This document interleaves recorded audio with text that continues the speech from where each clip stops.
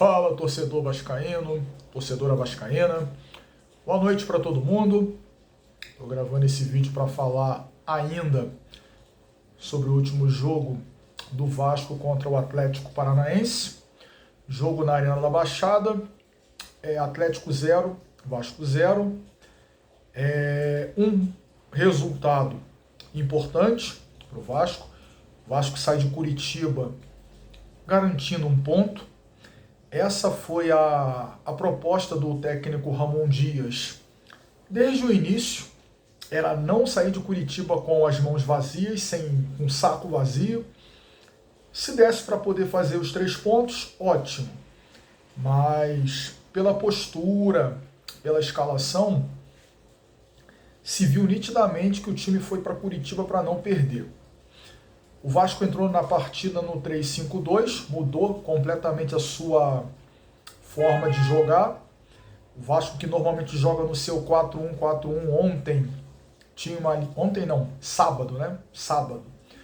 O Vasco tinha uma linha de 3 atrás, 3 zagueiros, Medel, Maicon e Léo, 2 alas, Paulo Henrique e Lucas Piton, tinha Zé Gabriel, Paulinho e Marlon Gomes no meio campo, juntamente com os 2 alas, formando 5 jogadores no meio campo, e na frente o Gabriel Peck e o Verrete. Então 3-5-2. Quando o Vasco não tinha a bola, o Vasco se defendia num 5-3-2. Os 2 laterais desciam para, juntamente com os 3 zagueiros, formar uma linha de 5 atrás, com 3 jogadores à frente dessa linha de 5 e 2 jogadores à frente. Essa era a maneira que o Vasco encontrou para se defender. Sobre o jogo, o Atlético teve mais domínio da posse da bola. O Atlético buscou o jogo, fazer o seu resultado, jogava em casa, frente ao seu torcedor. E o Vasco, por sua vez, foi fechadinho para tentar, no contra-ataque, surpreender o Atlético. Essa foi a tônica durante toda a partida, tanto no primeiro quanto no segundo tempo. O Atlético também tinha uma linha de 3 zagueiros atrás, o Atlético jogou aí num 3-5-2, ora num 3-4-3, e o Atlético começou tomando a iniciativa e tinha ali no Canóbio seu principal jogador pelo lado esquerdo. O Canóbio estava encontrando facilidade de jogar por ali. E por que o Atlético, junto com o Canóbio, estava encontrando facilidade de partir do lado esquerdo de ataque para dentro? E por que o Fernandinho, jogador do Atlético, estava encontrando espaços ali próximo à meia-lua da grande área do Vasco e sempre arriscando chutes perigosos de fora da área?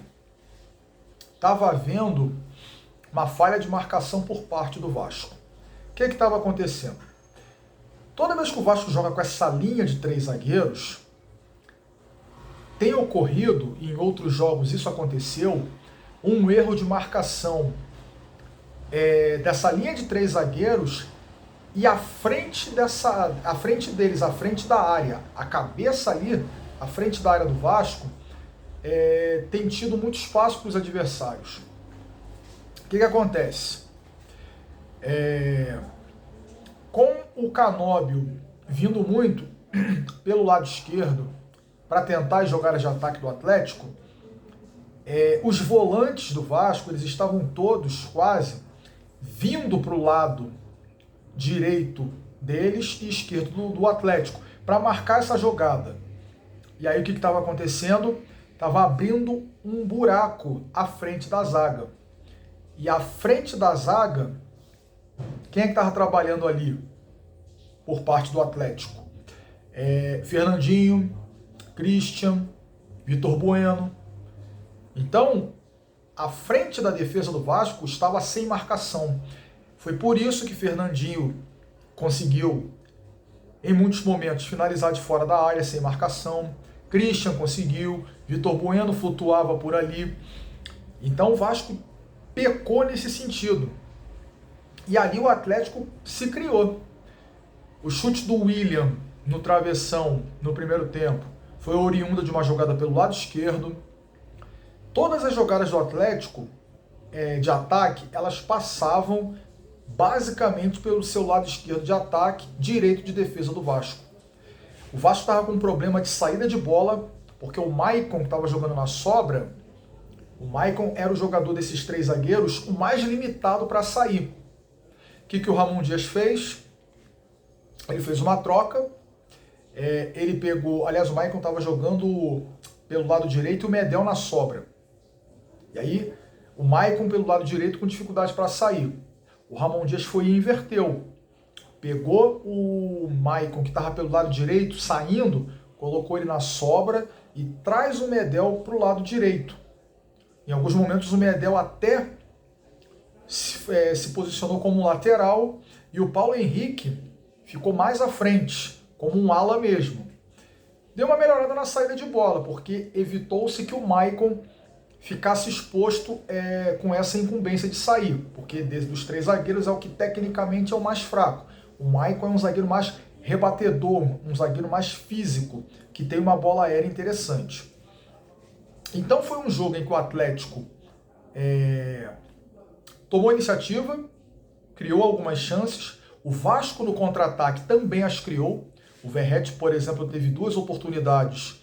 Uma aos 9 minutos, numa escapada do Gabriel Peck pelo lado esquerdo, que cruzou. O Verratti cabeceou, mas não cabeceou bem, a bola foi para fora. Teve um lance do Verratti também no final do primeiro tempo, ali já aos 42, em que o Verratti novamente erra a cabeçada. Então foi um jogo em que o Atlético teve o domínio da posse da bola, o Atlético ele rondou a área do Vasco, mas essa posse do Atlético não foi uma posse que fez com que o goleiro Léo Jardim trabalhasse tanto. Pela posse que o Atlético teve, pelo domínio territorial que o Atlético teve, o Atlético pecou nas finalizações e pecou na questão de criar mais jogadas de gols. O Vasco, por sua vez, se fechou e pecou nos contra-ataques.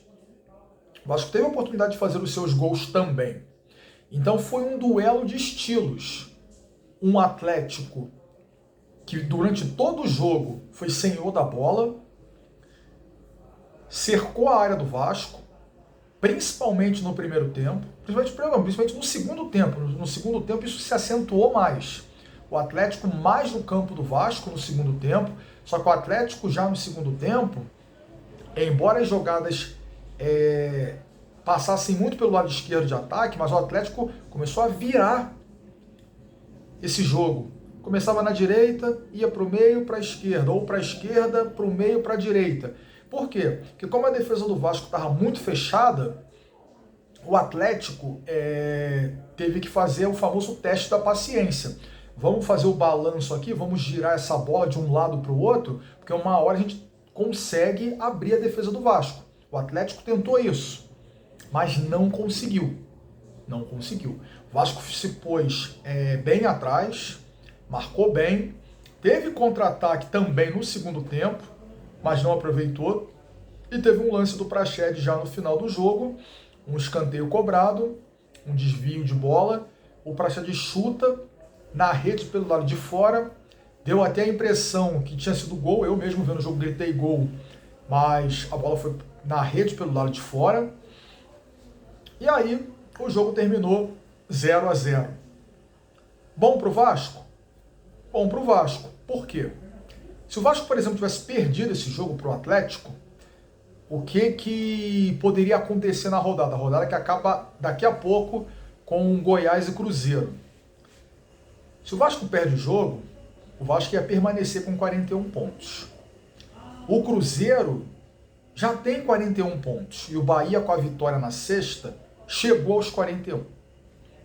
Então, se, por exemplo, o Cruzeiro empatar com o Goiás ou vencer, o Cruzeiro em pontos passa o Vasco em 1 ponto. Então, o Cruzeiro, por exemplo, chegaria a 42 com empate e, se vencer, chega a 44.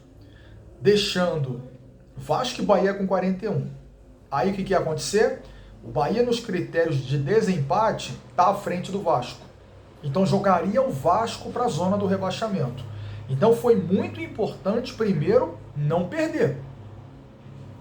E aí, esse pontinho está garantindo o Vasco permanência fora do Z4. Então o Ramon Dias foi estratégico, percebeu que seria difícil vencer em Curitiba, fechou o time, deu a bola para o Atlético naturalmente ia sair, e o Vasco se fechou para tentar contra-atacar. Teve os contra-ataques, mas não foi feliz. Então no duelo de estilos, 0-0, o Atlético com a bola, propondo o jogo, mas não foi feliz nas finalizações, pecou nas finalizações, como eu falei, pela bola, pela posse que teve, pela grande posse que teve, poderia ter colocado o Léo Jardim para trabalhar mais. O Léo Jardim não trabalhou tanto, assim, é meio que desigual. O volume, a posse de bola que o Atlético teve, não condiz com o número de defesas que o Léo Jardim fez. O Léo Jardim deve ter feito umas 2 defesas no máximo, difíceis aí. Teve um chute do Fernandinho, que ele espalma para o lado. E é o que eu estou me lembrando aqui. Teve um chute perigoso do William, que foi no travessão no primeiro tempo. Enfim. Mas ferimentos leves. O Vasco voltou para o Rio com 1 ponto. Joga amanhã contra o Corinthians em São Januário. Esse jogo é um jogo vital para as pretensões do Vasco em busca da permanência na Série A. O Vasco precisa vencer esse jogo. Empate nem pensar, derrota nem pensar também. Então é um jogo que o Vasco vencendo, ele chega a 45 pontos, não garante ainda matematicamente a permanência, mas dá um grande passo para poder se garantir na Série A do ano que vem. Ao passo que se perder ou empatar, complica demais essa luta contra o rebaixamento. Então o Vasco não pode, em hipótese nenhuma, amanhã contra o Corinthians, perder pontos, deixar pontos em São Januário. O Vasco tem que sair com os 3 pontos. A vitória do Vasco faz com que o Vasco ultrapasse o próprio Corinthians. O Vasco iria a 45, deixando o Corinthians com 44. Ultrapassa momentaneamente o Santos que joga também na rodada contra o Fluminense. Dependendo do jogo de hoje do Cruzeiro, ele abre mais um pouco a margem de pontos de diferença para o Cruzeiro. Então é um jogo fundamental.